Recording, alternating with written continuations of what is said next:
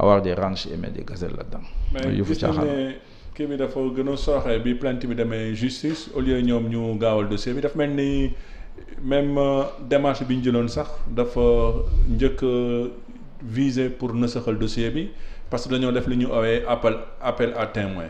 waaw sur dossier boo xam ne bi ñoom amoon nañ tur yi xam montant yi au moins xamoon nañ sur quelle base la ñu waroon démarrer. waaw loolu technique la woon moo tax it bon ñun à l'époque demoon nañu bu ñu wooyee on a réfléchi neen dañuy dem parce que sinon Sénégalais duñu comprendre mais ñun moo tax it ñu teg suñu plainte bu ñu tegee suñu plainte ñu tiit xamuñu lu ñuy def léegi ñu ngi wut bunt xool la ñuy def ni ñu waxoon ne yéen vous n'avez pas intérêt à agir bon Abdoul Mbaye a intérêt à agir puisque moom bokkoon na ci ñu contresigné affaire bi man sam bopp député la xanaa peut-être dañuy xaar ni Mamadou Lamine Diallo ni ko galgal su nekkatulee député su boobaa ñu mën a jaar feneen pour mën a mais dina am yeneen député yu jóg parce que affaire bi Sénégal yi ñoo ko moom duñ ko bàyyee noonu Sénégal moo naa leen ci njëlbeen mënta nekk Congo Kinshasa Sénégal mënta nekk Gabon su nekkee ñoom gouvernance bu Bongo Ali Bongo Omar Bongo astafurlaay sancoon foofu ak tubaab yi ñoo ko installé mënu fee am Sénégal ce n'est pas possible suñu histoire bi ñoom Serigne Bamba ñoom Maba Diakhou ñoom waa Thiénaba ñoom waa ñu doon xeex Samba Sadio c'est histoire mi ngi fi ñoom Soukari Camara ñoom Mamadou Lamine Dramé bu Bakel ñoom Fodé Kaba Doumbouya et cetera histoire boobu ci histoire du Sénégal la bokk histoire résistance la ñoom El Hadj Fama loolu la ñu comprendre te loolu day law parce que xale yi suñu juddoo dañ lañ koy jàngal donc patriotisme fii mi ngi fi du jeex nag ñoom Mamadou yooyu jaay yëpp fan nañ jaar mais évidemment le rapport de force nous est pas favorable dëgg la parce que le parti fii pro français pro étranger am na fi doole daf fi sax mooy ñoom Benno Bokk Yaakaar ak ñu mel noonu mais terewul ñun dinañu avancer continuer te jàpp naa ne effectivement soo xoolee lu commencé xew les révolutions citoyennes Burkina Mali et cetera yooyu yëpp de wane ne am na tendance boo xam ne patriotisme mi ngi jóg conscience citoyenne mi ngi jóg te jàpp naa ne Sénégal tamit fa lañ jëm. waaw pour rester tout le temps si dynamique tendance conscience patriotique boobu ak citoyenne bi xew Mali la mooy sa appréciation si crise malienne bi surtout conséquences géostratégiques yi ak géopolitique yi mu mën a jur si sous-région bi. xam nga man Mali jàpp naa ne bokk naa ci ñu ko gën a xam fii ci Sénégal def naa plus de 50 voyages au Mali ñoom ñëpp xam naa leen nekk naa fi directeur cabinet président Alpha Oumar Konaré Addis Abeba d'ailleurs ñu bari na ne man dama am nationalité malienne loolu la ñu mun ci suuf dañuy wax lu leen neex man benn nationalité la am mooy bu Sénégal mais Alpha Oumar Konaré xaw ma ko woon dafa lire mon ouvrage les Africains sauveront-ils l'Afrique 96 laa ko bind bu mu ko liiree nekk président commission de l'Union africaine ne kii daal bëgg naa xam kan la bëgg naa liggéey ak moom mu jaar ci ay sénégalais ñoom professeur Bathily de ñoom Thieblé Dramé du Mali ñoo xam ne yàgg naa leen xam noonu laa def loolu la ma contacté ne ma naa dama bëgg nga ñëw liggéey ak man et cetera à Addis Abeba man nangu dem foofu donc xam naa Mali bu baax a baax yàgg naa wax élite malienne lu ma lay wax nii j'ai fait des conférences là-bas en 93 94 ne leen yéen lu tax Modibo Keïta xuloo woon ak Senghor ak Mamadou Dia lu ci ëpp solo mooy affaire conflit est-ouest ak question d'orientation ak la question de la monnaie Modibo dafa demoon ne man damay sant sama monnaie tubaab bi ne du fi am donc yooyu dépassé nañ ko puisque Mali ci boppam dellu si na ci biir zone franc kon war nañoo góorgóorlu xool naka nañu tabaxale fédération du Mali parce que lu ma gis muy ñëw suñ ci góorgóorluloo am ay ensemble yu dëgër ça va être extrêmement difficile de résister mais ñoom nanguwuñu woon même Alpha Konaré sax su ma ko waxee du nangu soo lañ waxee ne les Sénégalais nous ont chassés en 1960 et cetera bon mais jàpp naa ni war nañ dépasser loolu yëpp léegi ñu ngi ci biir IBK c'est un paresseux ñoom Alioune Tine ñii wax naa leen ko ñoom ñoo ko jàppalee 2013 ba mu falu ma ne ko c'est pas l'homme de la situation mag la dafa sonn te tamul liggéey non seur la te Mali fa mu nekk ak situation boo xam ne pratiquement les groupes armés ñëw nañu dugg ci biir Kidal avec des soutiens extrêmement importants à l'international kon loolu mais président bu am énergie am vision mën a liggéey xarañ moom moo ko mën a def. Ensuite Mali seen armée bi dëgërul à l'époque ATT avait 70-75 généraux léegi dégg naa ils sont une centaine. Qu'est-ce que ça veut dire ça? Armée mexicaine la, ce n'est pas sérieux. ñooñu il peut pas faire face, il peut pas faire face. Donc IBK sa gouvernance a été catastrophique. Groupe armé yi gën na yokk, corruption bi ne lii doomam bi gis nga la muy def ak ñeneen ci biir. C'est loolu moo exaspéré population à tel point que ñu commencé di révolter évidemment avec un leader charismatique comme l'imam Dicko taxaw et cetera. Voilà, donc demoon nañu ba sës. Donc IBK man lu ma leen proposé woon parce que maa ngi woon ci biir xam naa ko bu baax ñoom Thieublé Dramé était ministre des affaires étrangères ñooñu ak Tekki c'est la même chose. Ñoom ils avaient fait leur analyse ni dañuy dugg parce que situation bi la Mali va vers le chaos, suñu bàyyi IBK day dem dans le chaos, donc dañu war a dugg ci gouvernement bi essayer éviter chaos boobu. Moo taxoon daaw ñu def accord de gouvernement dugg ci biir ñu dénk ko ministère des affaires étrangères.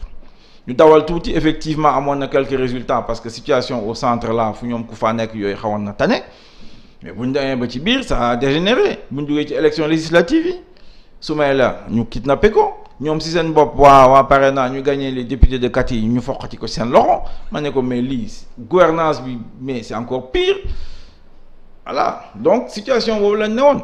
IBK bu ma ceeb li laaj ma ne ko mais IBK n'a qu'à remettre son mandat en jeu. De toute façon mënatul diriger dëkk bi, c'est terminé. moom mooy woote ne moom surtout Soundiata Keita loolu lay woote. Très bien, ma ne ko moom dafa war a ne donc léegi comme léegi man dans un an je remets mon mandat en jeu, je ne suis pas candidat. On s'organise pour aller dans cette direction. nangu ko parce que derrière en réalité nañ ko wax sénégalais yi français yi ànd ceeg Ouattara ak Macky Sall ñoo ne Boubou Cissé par force parce que xam nañ ne IBK jeexal na léegi dañu bëgg a pousse Boubou Cissé pour mu nekk foofu di défendre seen intérêt yi. Loolu moo bloqué affaire bi. Bu fa CEDEAO demee nous on suivait ça au jour le jour. CEDEAO bu mu fa duggee ñëw ne leen Boubou Cissé ou rien.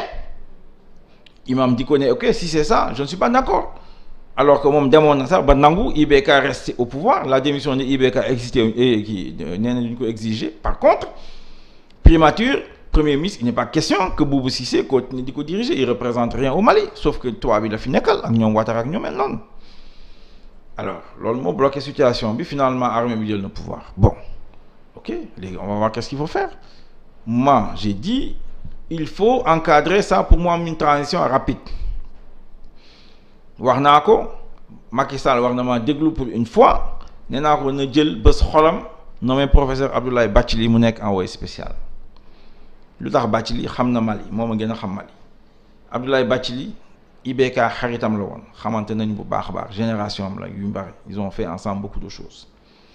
Abdoulaye Bathily opposition bi waa M5 RFP ñoom Choguel Maïga ak ñoom Ali Bathily ak Mohamed Ali Bathily ak ñoom Imam Dicko ñoom ñëpp xam na leen. Abdoulaye Bathily su ko neexee mën na dem seeti le shérif de Nioro, donc xam na leen bu baax a baax a baax, fu mu fëgg ñu ubbil ko bunt bi. Partenaires internationaux yi xam na leen, kon ñu ku mel noonu mën na tey jàppale Mali parce que ñun nañ ci war a xool suñu intérêt Sénégal. Sénégal son premier pays exportateur c'est le Mali. Dañoo jaxasoog Maliens yi. D'ailleurs population sénégalaise borom xam-xam yi ñoom Iba Der Thiam ak ñoom Souleymane Bachir Diagne nee nañu population sénégalaise yu ci bari Mali la jógee ñëw fii si ñoom Cheikh Anta sax plus ou moins yu mel loolu la ñu wax. Kon nag vraiment dañoo jaxasoog ñoom à tel point lu gënoon mooy fédération bi mais tolluwuñu fa. Mais war nañoo jàppale Mali. Abdoulaye Bathily mën na ci liggéey ak Macky Sall parce que moo fi nekk pour l'instant. ñu taxawal transition boo xam ne suñ ci génnee institution yi dana gën a dëgër, suñ ci génnee danañ mën a am situation boo xam ne armée malienne mën nañ ko gën a mën a organiser pour faire face. Parce que nag ce qui nous pend au nez ñëpp xam nañ ko, ñu ngi koy gis, mooy ñu jël Mali diviser ko. Parce que le Sahara là-bas au nord malien, il y a du pétrole et du gaz. Xam ngeen ne ñoom De Gaulle yooyu après la première ci biir guerre bi ils avaient installé leur gouvernement provisoire en Algérie. Parce que le gaz était dans le Sahara algérien et c'est le même gaz qui est au Mali qui est là-bas, et le pétrole ñëpp xam nañ ko. Donc vraiment il faut faire extrêmement attention, comme noo ko doon waxee sànq, aspect géostratégique yooyu ñu ngi fii c'est très compliqué. Enfin c'est compliqué loolu waa gouvernement bi di wax, mais ce qui est compliqué doit être décomposé en éléments simples. Un problème compliqué c'est une suite de problèmes simples ku ko xamul nag moom la ngay sonal sa bopp. Donc ñun lu ñu war a def première étape, CEDEAO de toute façon dinañ ci génn. La position de Ouattara la ne tient pas debout, amul benn crédibilité bu mu fi taxawee wax ne dafa bëgg troisième mandat kenn faaletu ko. Léegi il compte sur quoi? La gendarmerie, les ministres, etc. Il est plus intéressé moom parce que il est en deal avec Goodluck Jonathan, ñëpp xam nañ ne ay business na nekk. Ak les petits Karim Keïta là xam naa une partie de leur argent rawal nañ ko Côte d'Ivoire ak yu mel noonu. Kon nag yooyu la ñuy toppatoo suñu avenir du seen problème. Donc ñun tey lu ñu war a def mooy débrouiller am une transition qui va déboucher sur un accroissement. Waxuma ne dinañ génn am démocratie Mali, mais au moins ñu mën a jógee d'un point A à un point B. Loolu war na mënta nekk. Ñu war a am bañ a am les mêmes répétitions de l'histoire. À coup d'état on tourne en rond, Sanogo, ATT, etc. te loolu war na mën a nekk. Alpha Fuma Konaré mën nga ko bañ mën nga, mais au moins il a fait 2 mandats jël bagaasam dem yoon te am coup d'état wu ko. Situation yu mel noonu war a mën a am Mali, war na mën a am Sénégal, war na mën a am Côte d'Ivoire. Kon nag loolu la ñu war a def tey. Nommé professeur Abdoulaye Bathily mu nekk envoyé spécial la CEDEAO, nee na CEDEAO dinañ dellu ginnaaw parce que les sanctions là c'est pas populaire et c'est illégal. Amuñu droit def ko, amuñu droit tëj les agences de la BCEAO yooyu amuñu benn droit def ko. Ensuite c'est contre-productif pour le Sénégal en particulier. Kon nag ñun dañ ci war a génn. Macky Sall pour une fois na xool Ouattara ci biir bëtam wax ko dëgg ne ko ñun affaire bi ça nous concerne au premier chef. Abdoulaye Bathily mi ngi nii xam nga ko, soo bëggee mën na la seeti ngeen ñu nommé ko mu jël envoyé spécial liggéey bi ñu ko war a encadrer ko liggéey ak moom. ñu dem ci benn transition boo xam ne d'ici 1 an maximum dañu am élection présidentielle, élection législative, defaraat affaire yi ñu xool naka nañuy continuer. Loolu jàpp naa loolu ñu war a def au Mali, man ci loolu lay liggéey. Ci loolu la ñuy xeex ci loolu lay campagne sax parce que fu ma ko war a waxee naa ko wax ku ma war a seet naa ko seet yi ne ko lii mooy intérêt Sénégal, lii mooy intérêt patriote sénégalais yi. Man ñii wax naa ko d'ailleurs des gens qui sont dans le régime de Macky Sall, essayer de les convaincre parce que xam naa ne lii mooy intérêt Sénégal ñu liggéey ci. Suñu defee loolu jàpp naa ne Mali nañ ci génn. Bon IBK yaakaar naa ne génn dem faju ji, dégg naa doom rawale nañ ko. Waa Ouattara loolu la ñu bëggoon xam moom day liggéey ak Ahmed Bakayoko, c'est le même réseau de prédateurs là de l'Afrique de l'Ouest. Ñooñu ils sont très dangereux, il faut pas se faire d'illusions. Ma laa doon wax sànq, il y a un parti pro-prédateur, un parti ici pro-occidental, voilà, contre l'Afrique, etc. Et c'est des Africains comme toi et moi, voilà. Donc ñu mel noonu ñoo fi am doole parce que dooleel nañ leen. Ensuite bul fàtte lenn aussi dinaa ko fi répéter, la narcoéconomie. L'économie de la drogue est dans nos pays te loolu c'est antidémocratique. Baaxul santul yàlla, prédation rek lay développer ak violence ak lu mu mënta doon. Donc yooyu sax na fi, commencé na fi sax, gis nga Mali dafa sax moom, c'est clair, ñëpp xam nañ ko. Donc te day jaar Guinée-Bissau, Guinée Sékou Touré, Sénégal, etc. yooyu yëpp am na fi. Donc yooyu yëpp il faut faire face à ça. Transition Mali bi mën nañu ci dimbale, encore que ça soit une bonne transition. Goodluck Jonathan vraiment il n'est capable de rien du tout, déggul français, déggul bambara ak maxanam boobu mënul convaincre benn bambara, mënul dem Nioro dene wax ak Chérif Nioro, c'est pas possible ku ko gis xam ko. Mais ci narcotrafiquant boobu gis nañ tamit Sénégal drogue bi mu fi gën a commencé bëri doole parce que régulièrement chaque 2 mois mu am ay saisies monstres, ay 1000 tonnes 1000 kilos. Oui, mais loolu effectivement constat la, c'est des faits du ko mën na ko weddi. Mais avant ça je pense que Organisation des Nations Unies bindoon nañ ci ne si zone de transit la Afrique de l'Ouest, waxoon nañ sax ne affaire business bu 2 milliards d'euros yow wax nañ ko.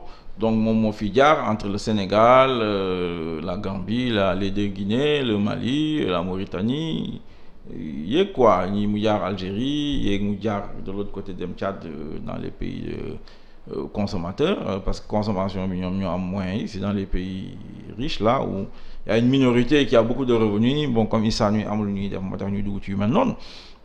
Donc loolu daf fi sax et Moustapha Cissé Lo moo ko waxal boppam man maa dégg naa mu di ko wax na ko dans l'Assemblée nationale wax na ko ci biti ne woon na maa doon président parlement ouest africain donc voilà donc affaire bi daf fi sax am na ci ay personnalité fii ci biir état bi loolu la ko waxee ñoo xam ne ñu ngi ci biir na ma procureur convoqué procureur bi nangu ko def ba léegi mais ñun ñii di liggéey ci koom-koomu Sénégal ñun ñii di liggéey ci société sénégalaise ñun ñii di ñoo xam ne ñun dañuy politique dañoo bëgg Sénégal avancé suñ ci gëstoo di xool di jàng di enquête ak yooyu gis nañ ne effectivement y a une partie de l'économie sénégalaise qui s'explique pas soo ko bëggee expliquer foog nga dugal ci narco-économie.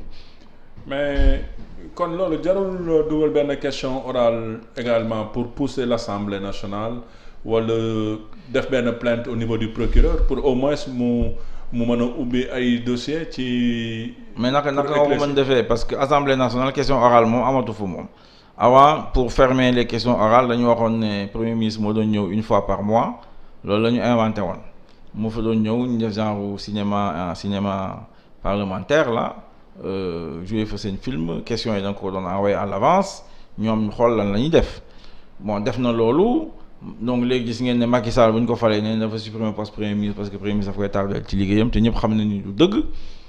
xam naa ñu ngi diggoon poste premier ministre yi ñoo bare mu jaxasoo mu ne xaaral ma supprimer poste bi mën a am problème gagner du temps mais loolu rek la mën a doon mais donc depuis lors ñu supprimer question orale amatu fa lu des mooy question écrite su leen neexee ñu tontu su leen neexee ñu tontu nu mu leen neexee kon nag loolu amu ci intérêt enfin en tout cas gisuma ko mais plainte dinañ la wax waaw mais yow quel est ton intérêt à agir et cetera dugg na fii génn fële donc mi ngi noonu yaakaar naa ni peuple sénégalais